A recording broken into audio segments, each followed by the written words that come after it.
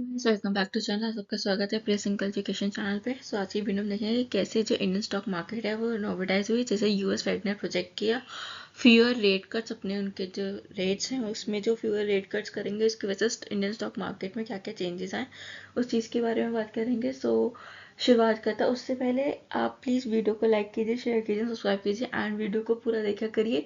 हम जिससे हमें मोटिवेशन मिलेगी और अच्छे वीडियोस बनाने की।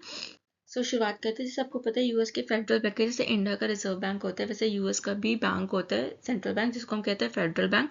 जिन्होंने इसमें कहा है कि वो अपना जो रिजर्व का इंटरेस्ट रेट है वो 0.2.5% से कम करेंगे वेनेसडे को, जिसकी वजह से थर्सडे यानी कल हमारे जो स्टॉक मार्केट है उसमें भारी गिरावट देखने को मिली थी। हमारे जो स्टॉक मार्केट है उसमें लास्ट 10 दिनों में हमने कुछ 13 लाख करोड़ रुपीस इन्वेस्टर्स ने अपने लॉस किया, और कुछ लास्ट एक हफ्ते में 6 लाख करोड़ के आसपास इन्वेस्टर्स ने अपने लॉस करे। तो व्हाट हैज हैपेंड, क्या चीज़ हुई है, जो इंडियन स्टॉक मार्केट है उसने सफ़र किया लॉसेस को अर्ली ट्रेड में थर्सडे को, यानी कल भारी नुकसान देखने को मिला है उनको, जिसकी वजह से जो बेंचमार्क सेट हुआ, जो बेंचमार्क सेंसेक्स है वो ऑलमोस्ट उन्होंने 1200 पॉइंट लॉस करे हैं, और निफ्टी का जो लेवल है वो 23,870 पे वापस आ गया है। आफ्टर द यूएस ने सिग्नल किया है जो वो अपने रेट्स में कट करेंगे, स्लोअर जाएंगे, could be slower going ahead. ठीक है, ये चीज़ हुई है। द ओवरऑल जो मार्केट की कैपिटलाइजेशन अगर हम बात करें वो 46.5 लाख करोड़ हो गई है, जो कि पहले थी 452.6 लाख करोड़ प्रीवियस सेशन में। और अब तक इन्वेस्टर्स ने 6 लाख करोड़ खो दिया कुछ फ्यू मिनट्स के अंदर थर्सडे के ट्रेड में। और लास्ट 4 डेज ऑफ लॉसेस था जो कि 13 लाख करोड़ था, जिसमें दिसंबर 13 से अगर हम बात करें तो ऑलमोस्ट 459.4 लाख करोड़ रुपीस के आसपास था, जो अब हो चुका है 446, यानी 13 लाख करोड़ के आसपास का हमें नुकसान हो चुका है। व्हाट हैपेंड इन यूएस में क्या हुआ है, इन अ वाइडली एक्सपेक्टेड मूव में जो फेडरल रिजर्व है उन्होंने अपने लैंडिंग रेट्स में कुछ चेंजेस करे। वो जो पहले 4.25% था 4.5% हो गया है। That is down a full percentage point, जो फुल परसेंट पॉइंट है सितंबर से, when the bank started lowering, जो बैंक अपना बोरिंग जो कॉस्ट है कम कर रहा है, प्रोग्रेस स्टेबिलिटी प्लस प्राइसेस कर रहा है, डिजायर कर रहा है हेड ऑफ इकोनॉमिक, जो इकोनॉमिक वीक हो रही है उसके related. Report since then indicate कर रही है the number of jobs being created has been more resilient than expected. जो नंबर ऑफ जॉब्स है वो क्रिएट हो रहे हैं, रिसाइलेंट हो रहे हैं, जबकि प्राइस है वो कंटिन्यू बढ़ ही रहे हैं। जो स्टॉक इन द यूएस है वो शार्पली फैले, जैसे रिजर्व बैंक के जो चेयरमैन है उनके जेरोम पॉवल ने वार्न के सिचुएशन के बारे में, जिसकी वजह से रेट कट्स हुए, एक्सपेक्टेड न्यू ईयर पे होंगे। जो फेड है उन्होंने रिवाइज किया रेट रिडक्शन आउटलुक, प्रोजेक्टिंग 2 मोर रेट कट्स होंगे क्वार्टर प्रेस परसेंटेज पे बाय द एंड ऑफ 2025।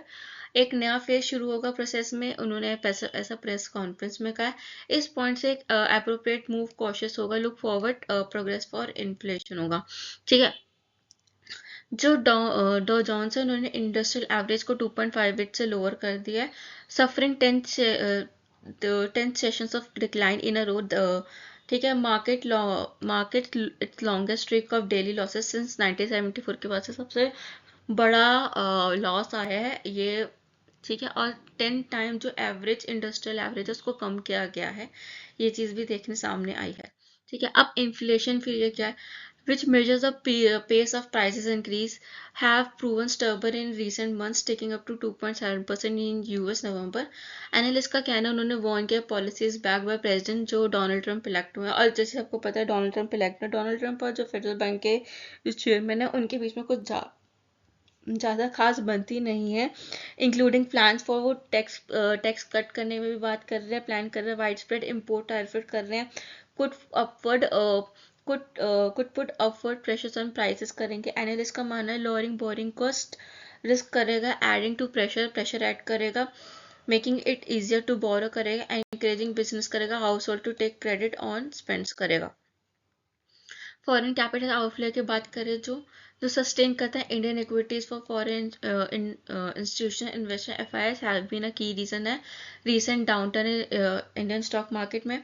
उन्होंने कहा कि FIs हैव सोल्ड, उन्होंने इंडियन इक्विटीज़ को सोल्ड कर दिया 8,000 करोड़ के लास्ट 3 सेशन में, जिसकी वजह से डॉलर की स्ट्रेंथिंग हुई है, राइजिंग बॉन्ड यील्ड्स हुआ है, एक फ्यू रेट्स कर्ज की वजह से यूएस फेस कर रहा है, फॉरेन कैपिटल आउटफ्लो हो रहे हैं, being on market sentiment, even a banker, domestic institutional investors, उनका ये चीज़ कहना है।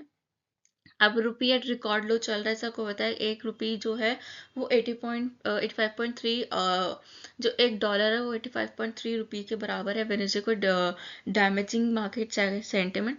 अब वीक रुपी डिस्करेज करता है फॉरेन इन्वेस्टर्स को इन्वेस्ट करने के लिए इंडियन मार्केट में, रिड्यूस करता है जो गेन है, जो कन्वर्ट कर back them to home currency, leading to foreign capital outflow, further pressuring the market. A weak rupee also simplify करता है हायर इन्फ्लेशन रेट को, imported goods and raw material को जो ज़्यादा कॉस्टलियर हो जाते हैं।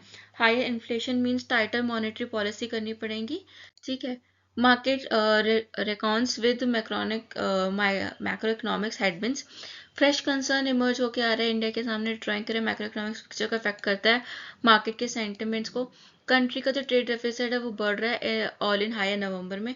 अगर हम बात करें जो एक्सपोर्ट हिस्सा वो 37.84 बिलियन है, कंपेयर जो था 21.3 billion in 2023। Bloomberg economics has प्रोडक्टेड deficit of $23 billion, उनका कहना है। So thank you guys for watching this video. I hope आपको वीडियो पसंद आएगा। अगर आपको वीडियो पसंद आए तो do like share and subscribe our video, ज़्यादा से ज़्यादा वीडियो को शेयर कीजिए, सब्सक्राइब कीजिए एंड चैनल को सब्सक्राइब करना मत भूलिएगा। हम आपसे मिलेंगे अगली वीडियो में।